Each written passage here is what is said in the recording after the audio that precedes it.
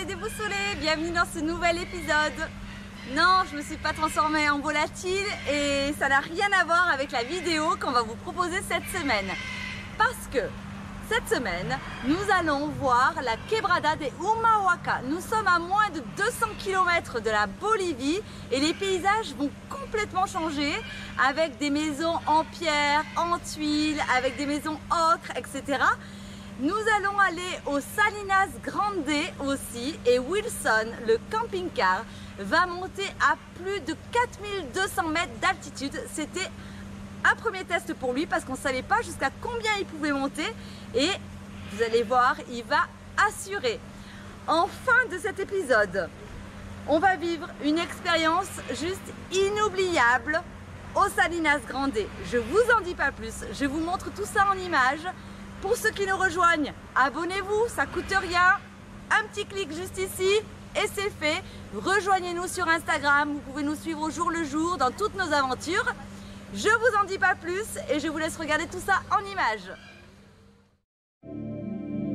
Nous, c'est Alex et Greg et nos 3 enfants, Manissa, Sohan et Malone.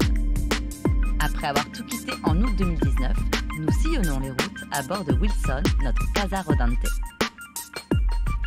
Chaque semaine, nous vous partageons notre voyage et nos rencontres.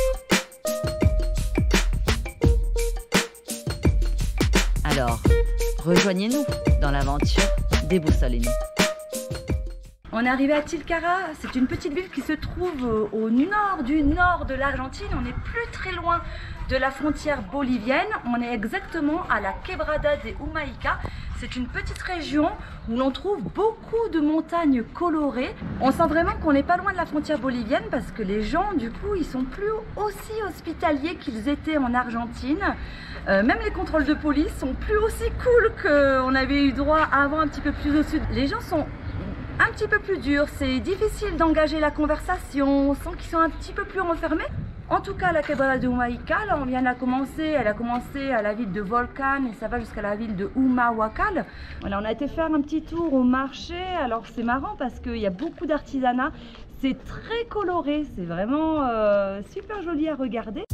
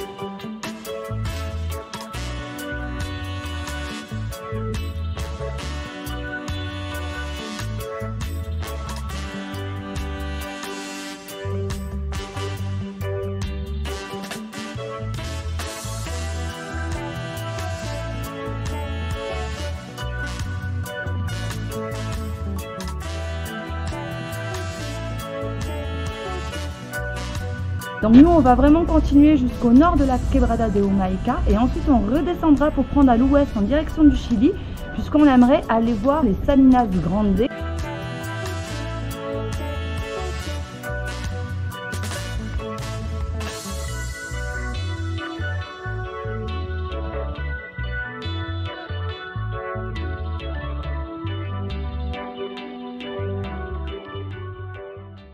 On continue sur la Quebrada de Humahuaca et là on est dans la ville de Humahuaca. Donc c'est une petite ville un peu comme celle de Tilcara, un petit village de 8000 habitants. Donc là on est sur la place principale.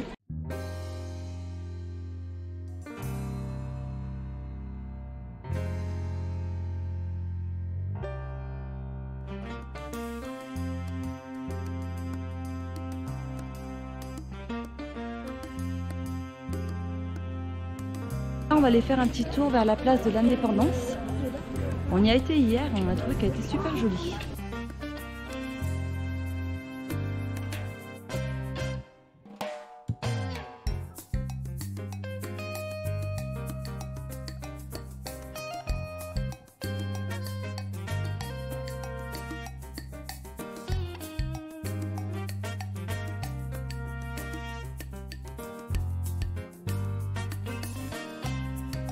On profite de la vie locale, de la place du marché, de la place de l'Indépendance qui est juste derrière moi.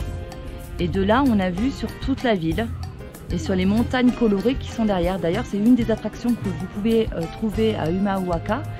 C'est la montagne des 14 couleurs. Il a énormément plu hier, donc ça ne sera pas accessible avec Wilson. Donc on profite de la ville aujourd'hui, tranquillement. C'est très agréable de se retrouver dans des petits villages comme ça, où l'ambiance est calme. Regardez. On profite, on est bien.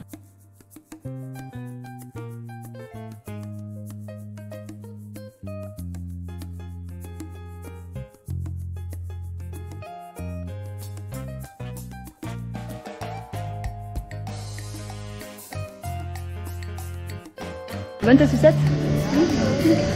Bon, on a fait un concours de dictée ce matin et c'est Swan qui a gagné, donc le gagnant avait droit à une sucette. Voilà, c'est comme ça que ça se passe chez nous. Au moins ça les motive.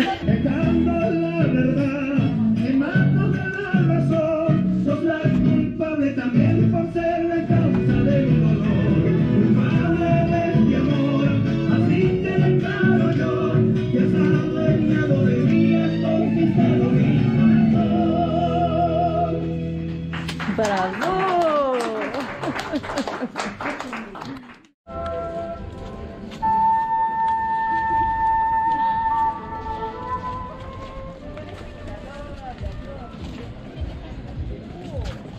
C'est vraiment super agréable de flâner ici, dans les petites ruelles.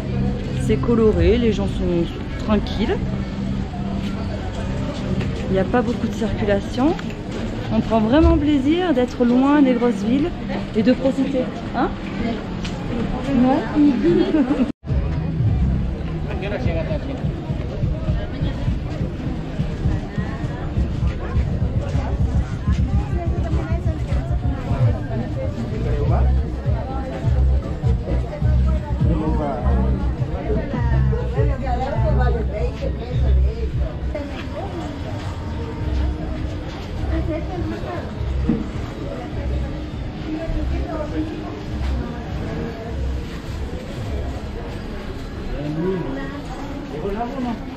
No va a venir, pero...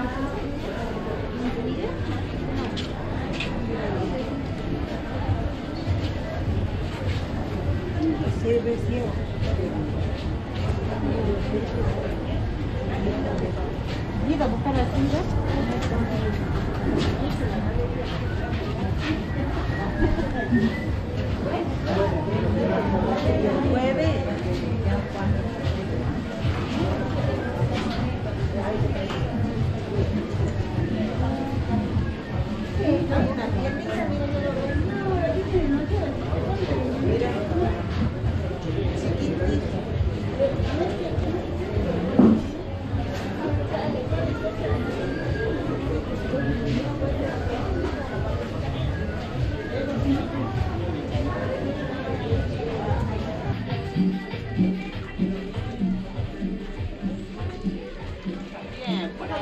Alors on a traversé le marché alimentaire qui était tout petit et maintenant on arrive, je viens de le découvrir, on l'avait vraiment pas vu, c'est une toute petite entrée qu'il y a dans la ville. Franchement, faut vraiment voir l'entrée pour arriver ici. Et là c'est immense, on est dans une friperie, ils vendent des chaussures, des vêtements, des cartables, c'est super sympa. Donc Swan est à l'affût pour trouver des maillots de foot, je sais pas s'il va réussir à en trouver. Et puis vous voyez, il y a aussi des vendeurs de sushis, vendeurs de légumes. On trouve vraiment de tout quoi. C'est le centre commercial en plein air. Et ça va être de plus en plus souvent, comme ça. Au plus on va monter, et au plus on sera dans des marchés comme ça en plein air, dans des souks, un peu comme au Maghreb. Ah, il a trouvé les chaussures.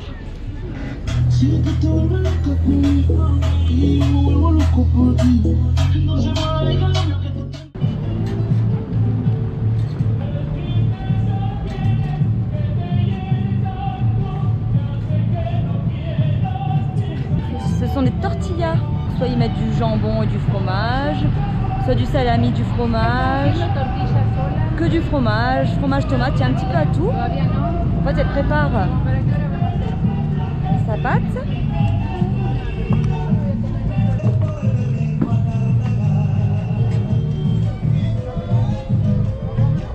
fromage et elle l'étale sur la pâte.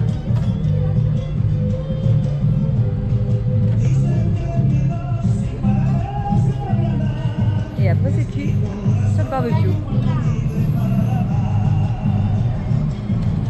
On a récupéré la galette, donc il y en a pour à peu près 50 pesos, et 50 pesos ça fait un peu moins de 1 euro. Enfin on trouve de la bouffe de rue et ça c'est super chouette parce que jusqu'à présent il n'y avait aucun stand de food truck ou quoi que ce soit, aucune nourriture de rue et ça c'est vraiment bien parce que pour moins de 1 euro on peut manger, c'est pas cher du tout, c'est super bon. Moi j'ai pris au tomate fromage, la petite galette, elle est toute chaude, c'est un délice. Elle est comment ta petite galette, mon chéri? Mon chéri Mowgli. Il vient de saigner du nez, le pauvre. Il vient de saigner du nez, il avait pas mis sa casquette, alors on lui a fait un petit Chapeau de petit fortune. chapeau. C'est bon? En tout cas, on se régale. Effectivement, pourquoi 50 centimes peut-être? 54 pesos exactement. 54 pesos, c'est ce que je raconte. 54 pesos, donc c'est 80 centimes quoi. Et ce qui est bien avec mes enfants, c'est qu'ils la finissent jamais. Donc je me trouve toujours à terminer celle de Sohan ou de Malone. Les filles, elles mangent pas de jambon là. C'était bon? Ouais.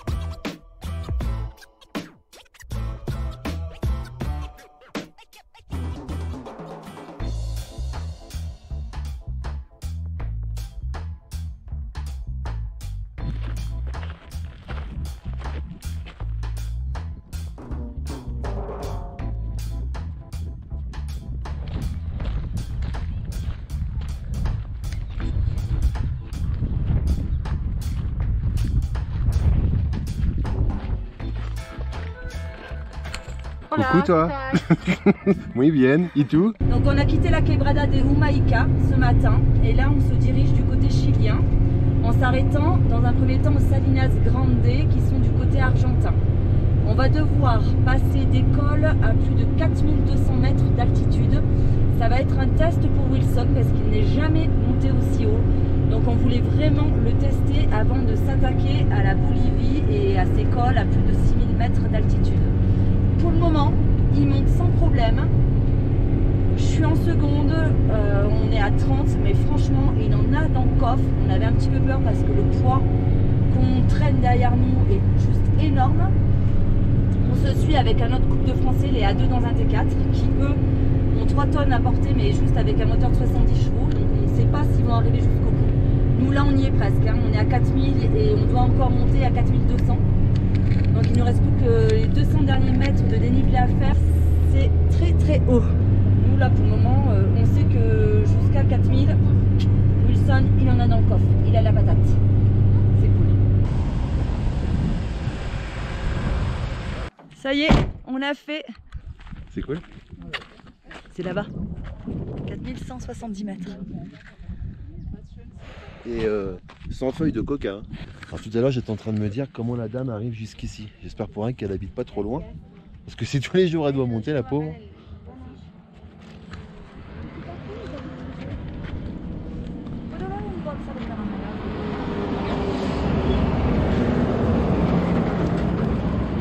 Ça c'est les bonbons au coca, les caramels au coca, ça permet d'éviter d'avoir le mal d'altitude au final. Quanto es? 100. 100? Maintenant on va en direction des Salinas Grandes. Espérons qu'on n'ait pas fait tout ça pour rien, que ce soit chouette, qu'on en prenne plein les yeux. Non, a priori ça devrait être ça. Ouais, ça va être sympa. Regardez, il y a les camions qui passent en même temps. Hein. Ouais.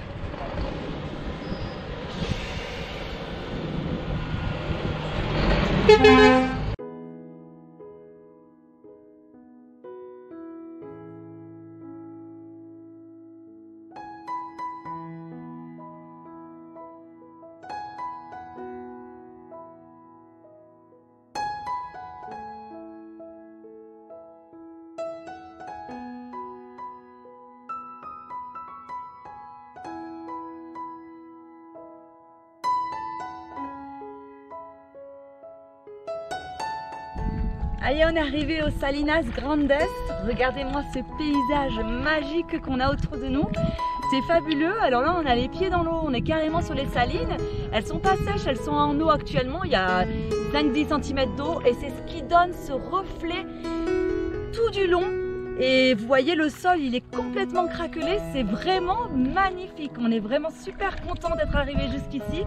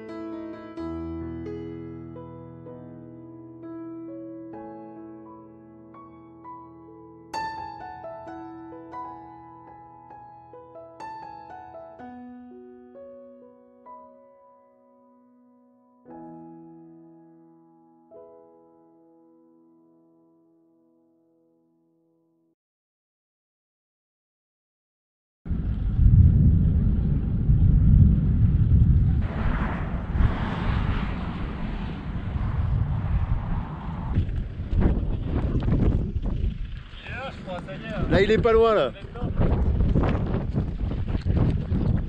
Et voilà, on s'est retrouvés.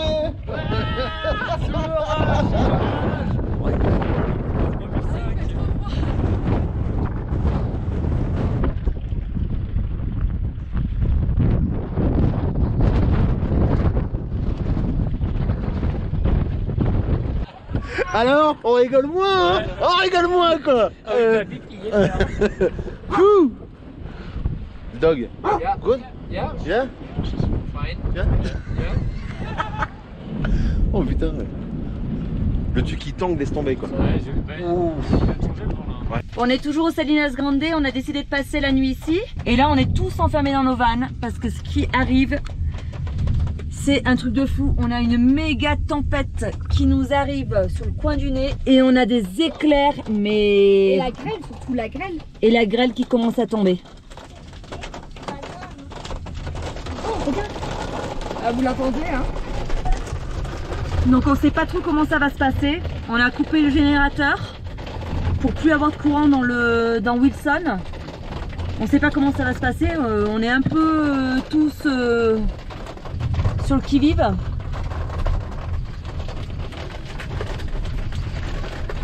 J'en peux plus, je vous jure. Et on attend. Ah ouais, le van il bouge, hein. Le van des A2 il bouge. Hein. T'as vu ça? Waouh, waouh, waouh, ce qui arrive. L'oiseau, il vient de s'éclater par terre. Ouais, là ça va swinguer là. Là on est en train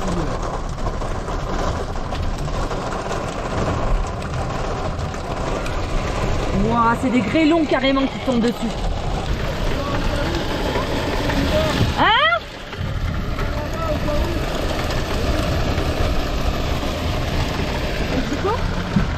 Ils vont se protéger là-bas. Putain, moi ce qui me fait...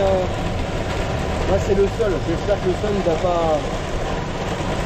Dans 10 minutes c'est passé, il faut que ça passe quoi. C'est vrai, t'es sûr? Ah oui, mais ça va passer là. Là il est là depuis tout à l'heure, là il est... Non. Non, mais c'est pas possible. Regardez ce qui est en train de s'accumuler. C'est des grêlons et là ça fait à peine 2 minutes que ça grêle.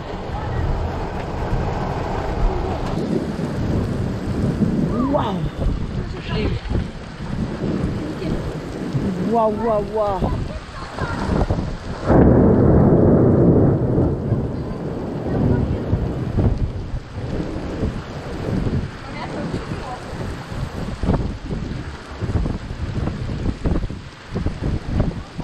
Par terre, c'est en train de C'est en train de prendre la flotte, hein.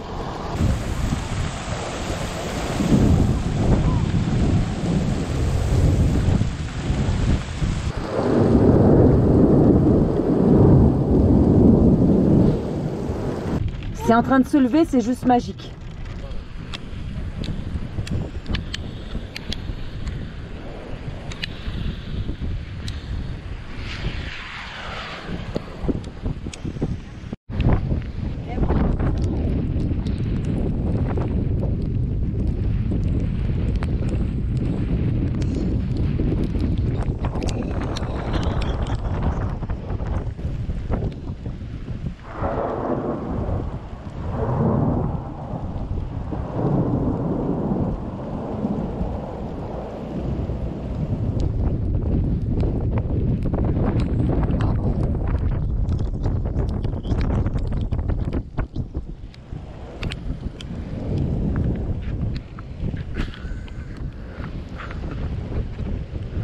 On a vécu quelque chose de fou.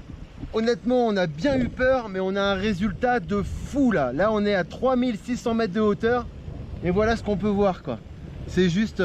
Bon, je joue pas le kéké parce qu'il y a des gros éclairs derrière moi.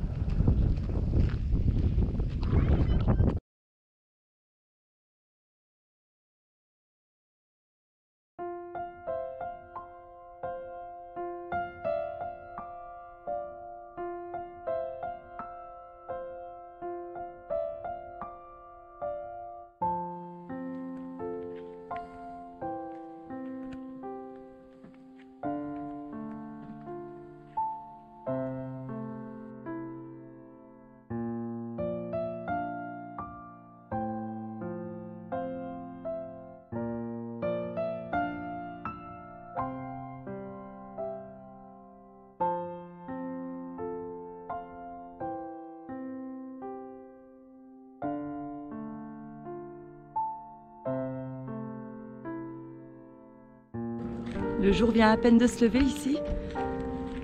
Il est tout juste 7 h. Les couleurs sont encore plus jolies qu'hier. On est toujours tout seul sur le parking. On s'est pratiquement tous levés à la même heure parce qu'on voulait aller faire des clichés du paysage qu'on a avec le lever de soleil qui se reflète sur la saline. C'est magnifique. Voilà, on a quand même passé une bonne nuit malgré la tempête qu'on a eue hier. Elle a été très très forte, mais très rapide. Et du coup, il n'a pas trop plu. Ça a été vraiment violent d'un coup. Et après, ça s'est calmé. Mais s'il faut en passer par là pour voir ça,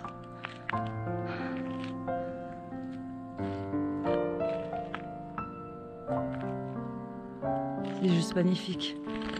Et c'est vrai que le fait de pouvoir être en van, eh bien, on peut dormir un peu où on veut. Et hier, c'était plein de touristes.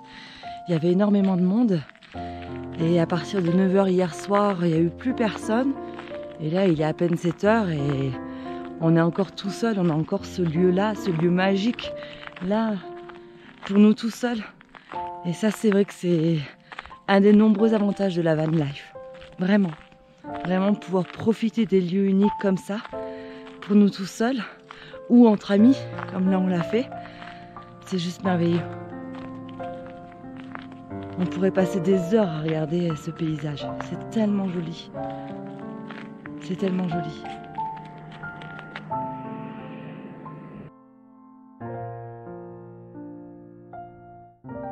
N'oublie pas de mettre un petit pouce et abonne-toi si tu veux faire grandir la communauté.